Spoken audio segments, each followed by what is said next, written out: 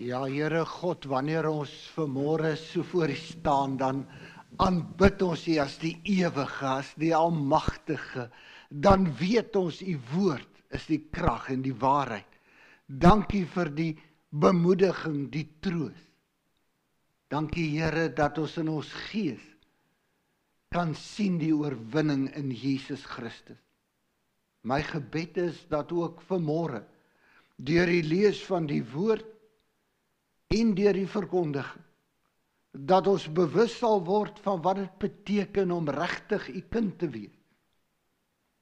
En dat ons ook opnuut sal besef wat dit beteken. Dat U ons die ware troos gee in hierdie stikkende deurmekaar wêreld. Here, ons het dit nodig. Kom maak ons harte oop. Kom maak ons verstand oop. Open die woord.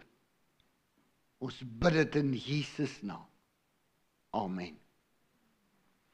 Jy kan die plekke inneem. Jy kan die groen blaadjie uithaal. Hy het al die preeknotas en ook die skriflesings wat ons gaan doen, wel die meeste van die skriflesings.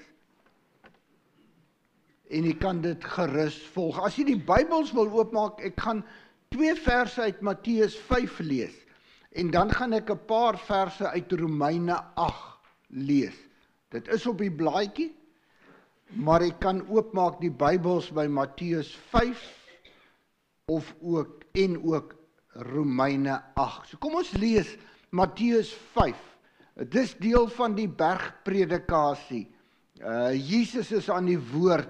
Hy het sy disippels nader geroep en hy sê vir hulle die volgende. Hy sê, gelukkig is die mense wat weet hoe nodig hulle God het.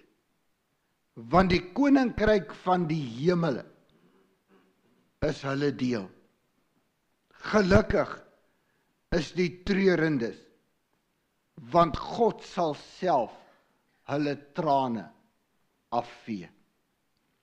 En dan wil ek vir julle 'n paar verse lees uit Romeine 8 vanaf vers 18. Luister baie mooi wat Paulus hier skryf. Hy sê, ek weet verseker dat ons huidige lyding hoegenaamd nie vergelyk kan word met die heerlikheid waarmee God ons gaan verras nie. Die skepping smag na daardie dag wanneer God sy kinders openlik bekend sal stel. Want teen sy wil is die ganse skepping in 'n sinnelose kringloop van aftakeling vasgevang as gevolg van God se straf op die eerste mense se ongehoorsaamheid. Die ganse skepping sien uit na die dag wanneer dit ook self van hierdie slawe diens aan hierdie verganklikheid bevry sal word en deel sal kry aan die heerlike vryheid van God se kinders. As ek dit in baie eenvoudige taal kan sê, wat Paulus hierso sê, is hy sê, die hele skepping, die wêreld waarin ons leef, kry swaar en is besig om tot niet te gaan. Daar's soveel pyn, lyding, stikkindheid, probleme, krisisse, oorstromings, vloede, aardbewings, noem maar op. En hy sê die rede daarvoor is as gevolg van die mens se sonde. En God se vloek op die mens se sonde. Maar hy sê die skepping, die aarde sien uit na daardie dag wanneer dit ook vernuwe gaan word met die wederkoms van Jesus Christus. En wanneer uiteindelik al die stikkindheid van hierdie aarde verby gaan wees. En wanneer hy gaan deel kry, dis die nuwe aarde, aan die heerlikheid van die kinders van God. En dan vers 22 sê, ons weet immers, dat die ganse skepping nog steeds aan die kreun is, soos iemand met geboortepyne. Wat meer is, ons wat die Gees as voorsmaak en waarborg van ons toekomstige heerlikheid ontvang het. Met ander woorde, hy praat van die Christene, van die kerk, van ons. Hy sê ons ook. Wat doen ons? Ons kreun ook in ons binneste, in ons smagting, om van ons verganklike liggame verlos te word. Nou dat ons verlos is, sien ons uit na ons toekomstige heerlikheid. Want as jy iets reeds het, dan hoef jy nie meer daarna uit te sien nie. Maar as jy dit nog nie het nie, sien jy gretig en volhardend daarna uit. Ons lees tot sover. Ons is besig met 'n reeks oor die bergpredikasie, die saligsprekinge, en die tema is die pad na ware geluk. Wat maak 'n mens regtig gelukkig? Waar vind 'n mens daardie geluk waarna almal so smag en almal jaag en almal graag wil hê? En die afgelope 2 Sondae het ons reeds daarna begin kyk. Dominee Sean het daaroor gepreek. En het ons gesien dat hierdie ware geluk lê op 'n ander plek. En is te kry op 'n ander manier as wat ons normaalweg dink dit is of sal soek om dit te kry. Jesus begin met die saligsprekinge, en die saligsprekinge, Dominee Sean het dit so mooi verduidelik in die eerste boodskap. Hy sê, salig beteken eintlik net baie regtig gelukkig. Totaal gelukkig. Dit wat elke mens graag wil hê, maar hy sê, hierdie geluk begin op 'n ander plek as wat ons dit gewoonlik gaan soek. Ons dink, geluk begin wanneer ek alles het, of net nog 'n bietjie meer het, of net nog dit kry, of dat het, dan gaan ek gelukkig wees. Ek gaan geluister asseblief na verlede week se preek, die eerste saligspreek. Hy sê, ware geluk begin, nie wanneer ek nog iets kry nie, maar wanneer ek eintlik besef hoe arm ek is. En met daardie arm, Dominee Sean het dit verduidelik, die nuwe vertaling, nuwe lewende vertaling, vertaal dit dan ook met die begrip, gelukkig is jy wanneer jy weet hoe nodig jy God het. Hoe totaal afhanklik jy van God is. Jy kan eers regtig Christen wees, jy kan eers die pad met die Here begin loop, as jy besef, ek het God nodig. Op my eie kan ek my nie verlos nie. Ek gaan nooit regtig gelukkig kan wees op my eie en sonder God. En wanneer jy dan so afhanklik van God is, en jy kom na die Here toe, en jy gee jou lewe aan hom oor, hy sê, dan behoort die koninkryk van die hemele aan jou. Dis waar die seën begin. Daar waar jy besef, die lewe is nie in my hand nie. Die lewe is in God. En ware geluk is wanneer ek weet ek behoort aan hom. En my lewe is aan hom oorgegee. Maar kom ek sê vir u, dis nog net die begin. Dis waar dit begin. Daar's soveel meer wat die Here vir ons wil gee, en vir sy volgelinge wil gee. En as ek nou die beeld kan gebruik, waarmee Dominee Sean begin het, en wat hier op die voorblad van die afkondiging is oor hierdie reeks, dan is dit net die begin.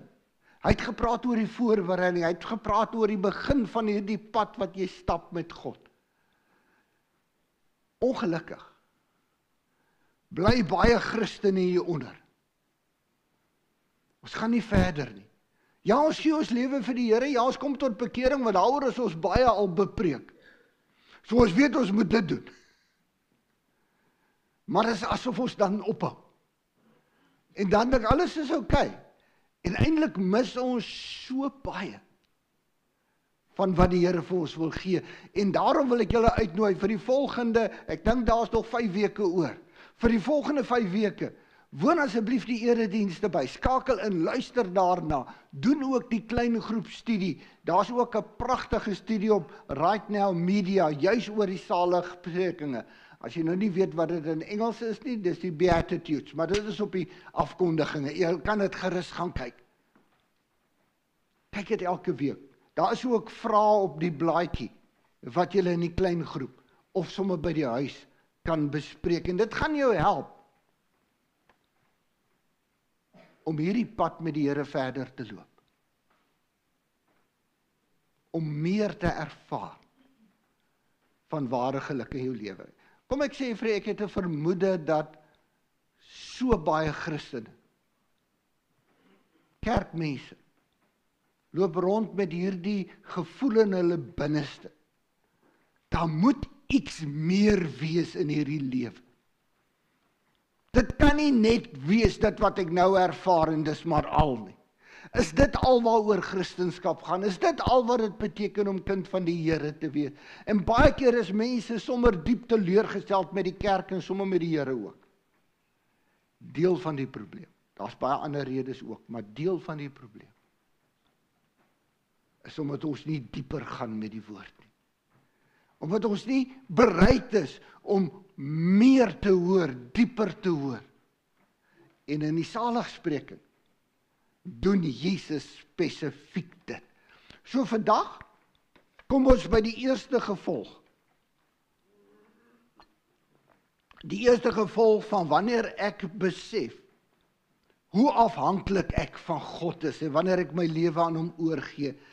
En hy sê wanneer jy werklik jou lewe aan die Here oorgee,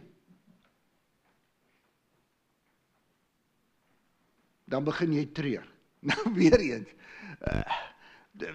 as jy die saligspreking, jy gaan agterkom, dis 'n vreemde geluk, want jy gaan vir my sê, wag, jy het nou net gepraat van hoeveel beter dit is om die Here te dien, hoeveel meer jy ervaar, hoeveel gelukkiger jy gaan wees, en nou sê jy, as jy tot bekering kom, en as jy jou lewe vir die Here gee, dan gaan jy begin huil. Nou, dis juist wat ek nie wil doen nie, nee, hoekom? Want die samelewing sê, be happy, ons almal wil graag gelukkig wees, ons wil mos smile, ons wil alles moet van wees, selfs die kerk moet van wees, nee. Nou praat jy van huil. Ek bedoel, wat 'n geluk kan daar wees in huil? En presies dit is wat Jesus sê. Jesus sê, gelukkig is hulle wat treur, want hulle sal vertroos word. En ek gaan daarby by julle uitkom. Jy sien, in ons samelewing, het ons in 'n groot mate geleer dat lyding en pyn is dinge waarvoor 'n mens moet wegskram. Ons is bang daarvoor. Ons normale reaksie is om weg te bly van pyn en lyding en enige iets wat sleg lyk of voel. Ons leef in 'n samelewing wat redelike voorspoed beleef en daar is nogal baie voordeel aan om in 'n samelewing te wees wat redelike voorspoed beleef. Deel daarvan is dat 'n mens se lewenskwaliteit verhoog. Ons kinders geniet dit absoluut, daar's 'n klomp goed wat jy kry. Wat dit ook maak, is dit maak dat 'n mens dit reg kry om lyding in 'n groot mate te kan verminder, né? Jy gaan dokter toe, jy kry behandeling, jy kry operasies, jy kry hulpmiddels, jy koop goed, jy maak jou lewe net eenvoudig makliker en geriefliker. Jy hoef nie swaar te kry nie. En dis nou eintlik al so 2 generasies gelede, né? Die generasie voor my.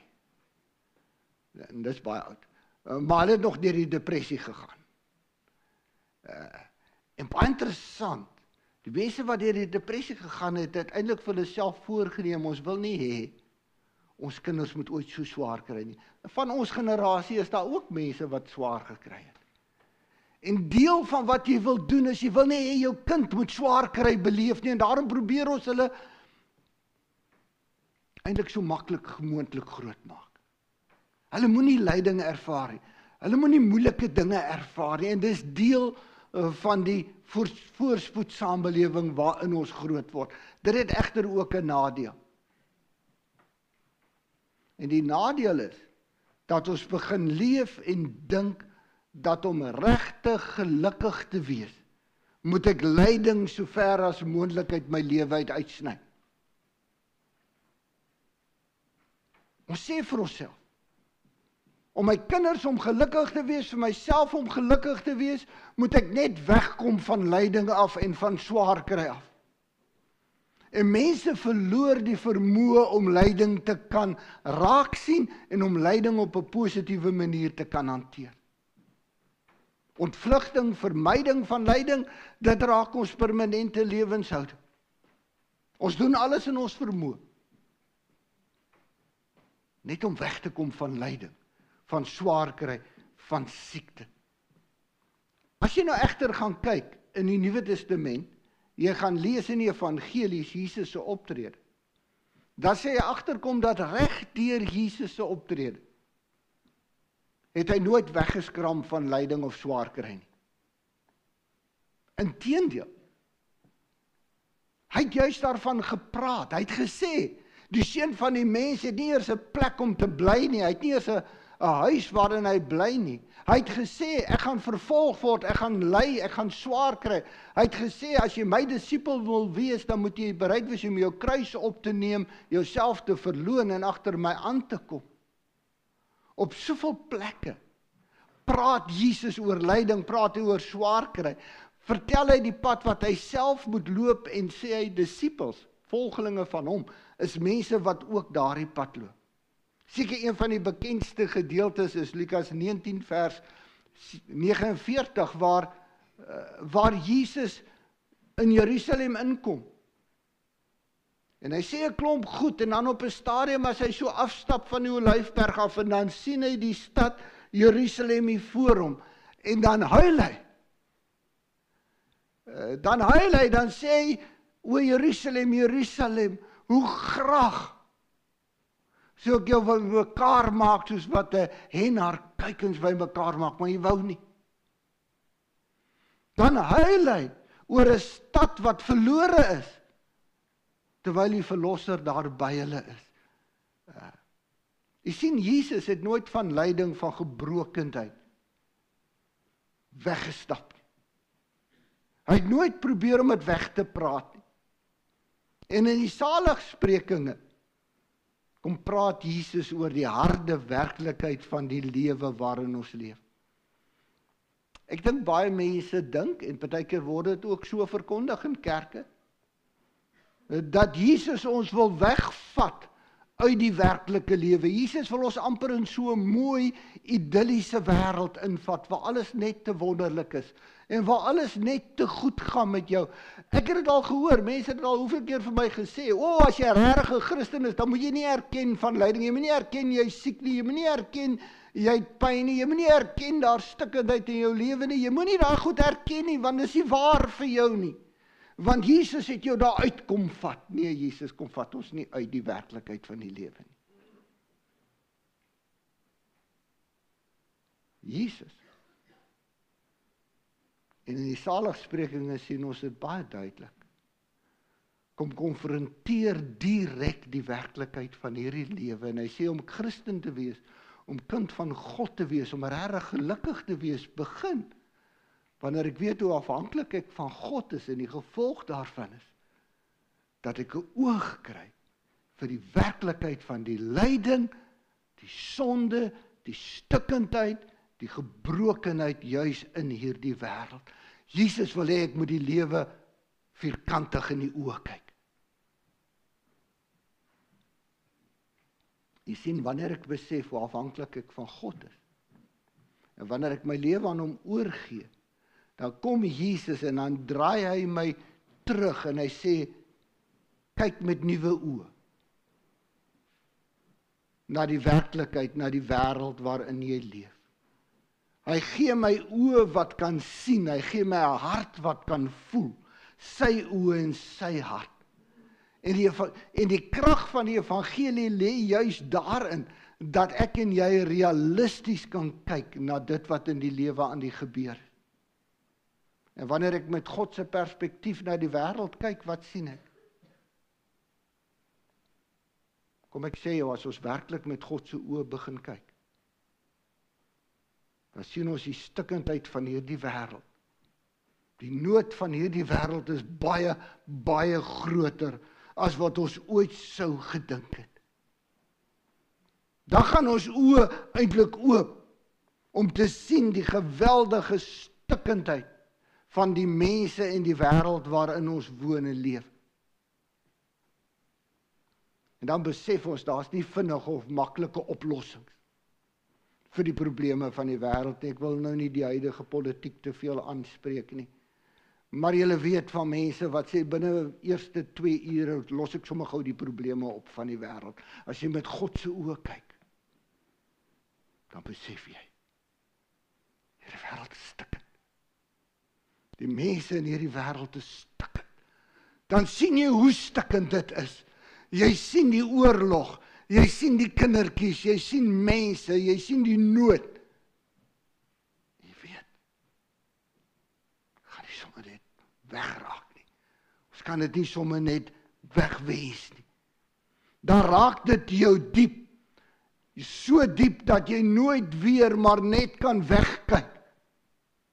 En maak asof alles maar oukei is nie. En is dan wanneer 'n mens begin huil.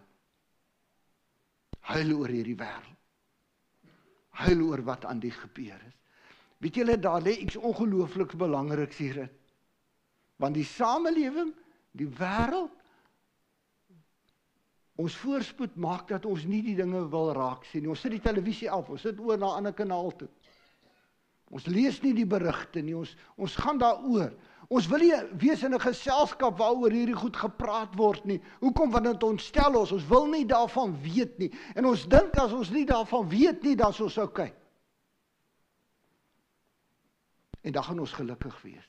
Jesus kom sê, regtig geluk lê aan die ander kant. Want as jy regtig met God se oë begin kyk, dan sien jy die werklikheid van die sonde, die stikkendheid, die gebrokenheid van hierdie wêreld.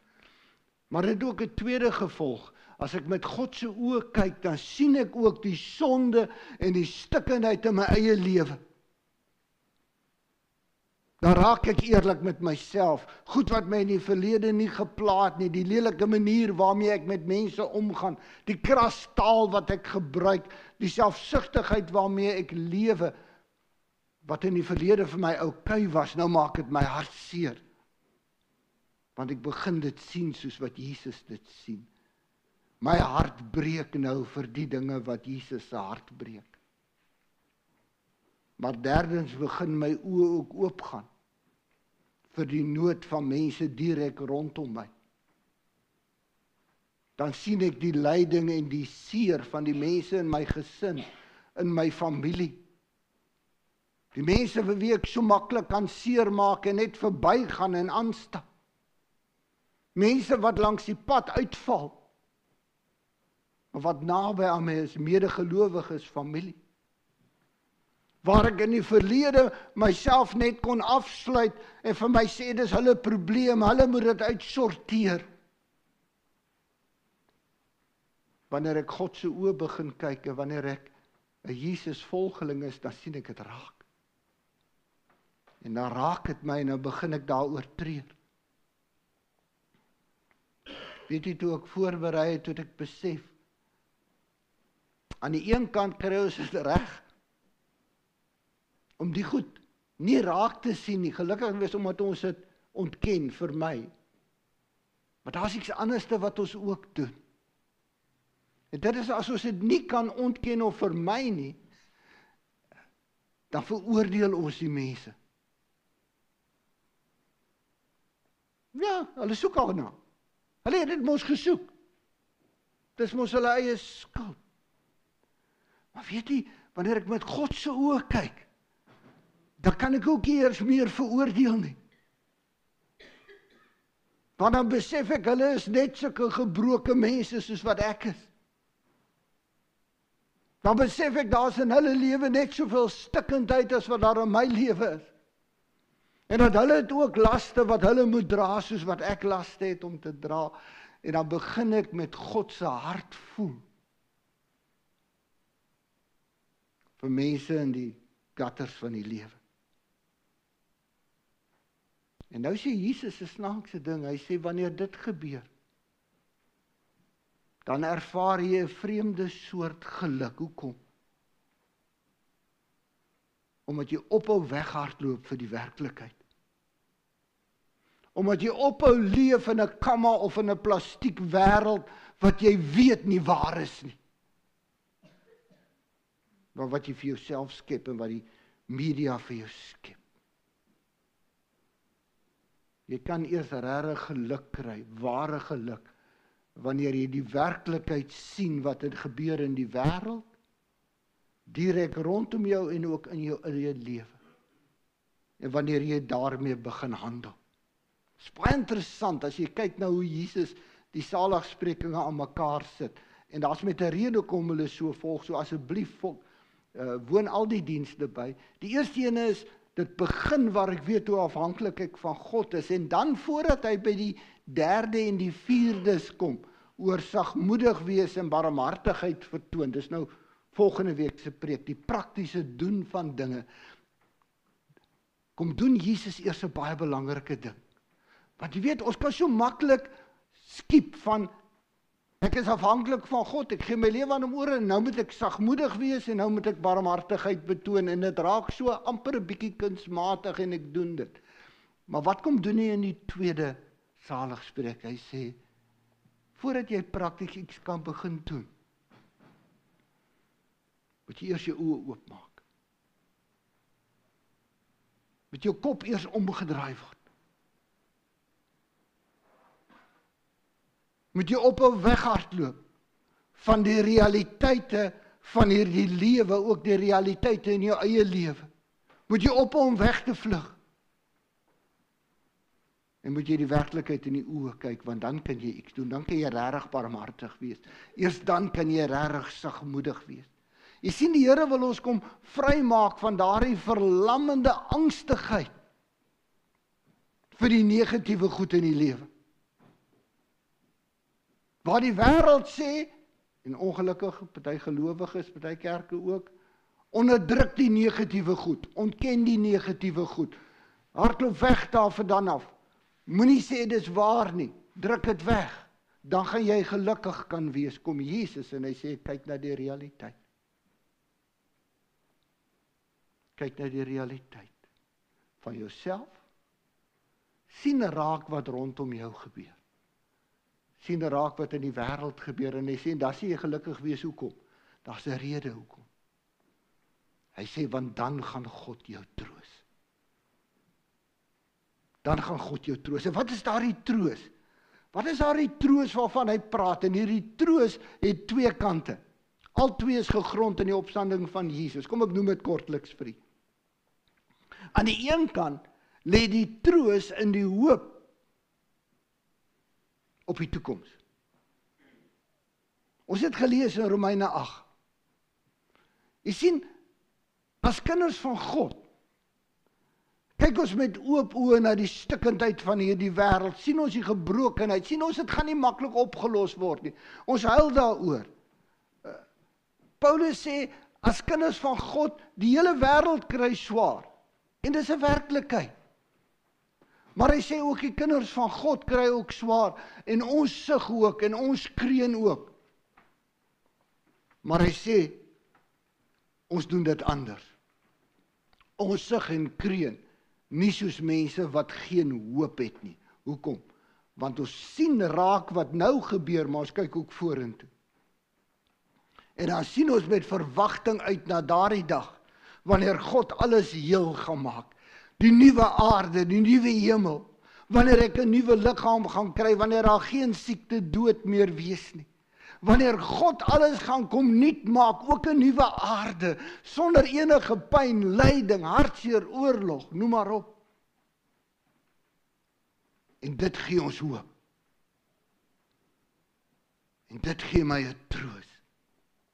Want ek weet, solank ek aan die hand van Jesus lewe, hoef ek nie vir die donker nagevolge van die sonde bang te wees nie. Ja, ek sien die gevolge van die sonde, ek sien die werklikheid van alles, ek huil daaroor, maar ek weet, dit gaan my nie vernietig nie. Ek weet, my hoop is in Christus, en niks kan dit van my wegvat nie. Ek het 'n erfenis wat God vir my veilig hou. So die troos lê daarin dat ek weet, ek het hoop vir die toekoms. Maar daar's 'n tweede aspek. Want hierdie troos het ook te doen met die hoop vir die lewe hier en nou. Jy sien, ek weet, ek het die sekerheid van die ewigheid, maar dis nie al nie. Want dan sou ons as Christene baie maklik beskuldig kan word as ons ontvlug die lewe. Ons wag net vir die hemel, maar ons wag nie net vir die hemel nie.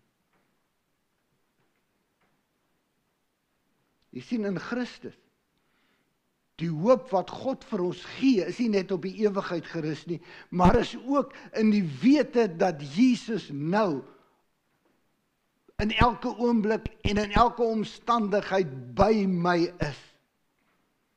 Dat hy in elke omstandigheid, selfs in die moeilikste, swaarste tye wat ek moet deurgaan, dat hy by my is en dat hy dit vir my draaglik maak, dat hy my hand vat en my daardeur lei.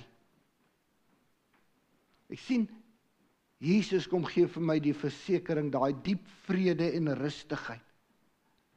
Dat maak nie saak wat deur ek moet gaan nie, maak nie saak wat met my gebeur, met die mense rondom my gebeur nie, maak nie saak wat in hierdie wêreld of in hierdie lewe gebeur nie, hy is by my. En hy gee vir my daai vrede wat alle verstand te bowe gaan, selfs al gaan ek deur die donkerste diepte, deur die ergste nag. Maar dis 'n vrede wat ek het, wat te doen het met egte vryheid en egtheid. Ek hoef nie meer te vlug, ek hoef nie in 'n make-believe world te leef nie, ek hoef nie myself te probeer bluf, dat alles oukei is nie. Ek kan maar my eie stikkindheid herken, ek kan maar sien hoe erg dit in die wêreld gaan, en ek sal dit sien. Maar ek weet, elke tree is God by my en is God in beheer. Ek weet dat niks kan my van die liefde van Christus skei nie. En ek weet my Vader is in beheer, hier in my lewe, maar ook in Nieu-Seeland, ook in die Midde-Ooste, ook in die wêreld. Ek weet, hy is in beheer, en hy is my Vader. Daaroor skryf Paulus, en ek wil graag afsluit met hierdie gedeelte, Romeine 8, vers 35 tot 39. Kan enige iets ons ooit van Christus se liefde skei? Onthou, ons vreugde lê waar? Lê in die troos, in hierdie wete. Kan enige iets ons ooit van Christus se liefde skei? Sal dinge soos lyding of benoudheid of vervolging, honger of koue, of gevaar of doodstreiging dit regkry? Selfs die skrif verklaar tog, om u ontwil bedreig die dood ons die hele dag en word ons as slagskape beskou. Tog is ons ten spyte van al hierdie dinge besig om 'n klinkende oorwinning te behaal. Ons is meer as oorwinnaars deur Christus, wat sy liefde so duidelik aan ons bewys het. Een ding weet ek vas en seker, niks kan ons ooit van Christus se liefde skei nie. Nie dood of lewe, of engele of duiwelse magte nie, nie ons vrees vir vandag of ons kommer oor môre nie, ook nie boaardse magte nie. Ja, hoegenaamd niks. Daarbo of onder in die dieptes, of elders in die skepping, sal ons ooit kan skei van die liefde wat God in Christus Jesus ons Here vir ons het nie. Dis ware hoop. Ek sien die werklikheid. Ek beleef dit. Ek huil daaroor. Maar ek weet, my God is in beheer. En ek weet, hy hou my vas. En ek weet, hy dra my hierdeur self die ergste lyding, die ergste siekte, die ergste beproewing. En ek weet, daar's 'n ewigheid wat op my wag. Net 'n heel laaste gedagte met Jesus se kruis en opstanding. God huil nie net oor die wêreld nie. Jesus het nie net gehuil oor Jerusalem nie. Maar Jesus was op pad om te gaan sterf vir Jerusalem. God huil nie net oor hierdie skepping. God het hierdie wêreld so lief dat hy sy enigste seun gegee het, sodat elkeen wat in hom glo nie verlore kan gaan nie. Daarom sal ek en jy, wanneer ons die nood van hierdie wêreld sien, ja, ons is gelukkig, want ons is getroos, ons het hoop, ons weet aan wie ons behoort, ons weet waarna toe ons op pad is, maar ons weet ook, hierdie wêreld het dit nodig. Hulle het Jesus nodig. Want dit is waar ware verlossing, ware bevryding lê. Amen. Almagtige God en Hemelvader, Here, baie dankie. Dankie dat ons nie hoef weg te hardloop van die werklikheid nie. Dankie dat Jesus ons nooit geleer het om te ontvlug in 'n idilliese situasie elders waar ons onsself en die wêreld probeer bluf nie. Maar dat hy juis vir ons sê, om werklik 'n Jesus volgeling te wees, om regtig gelukkig te wees, beteken ek besef my afhanklikheid van U. En dit beteken ek sien die werklikheid van hierdie lewe. Dan huil ek. Want dan ervaar ek die troos. Here, lei ons elkeen op hierdie pad. Ek bid dit in Jesus naam. Amen.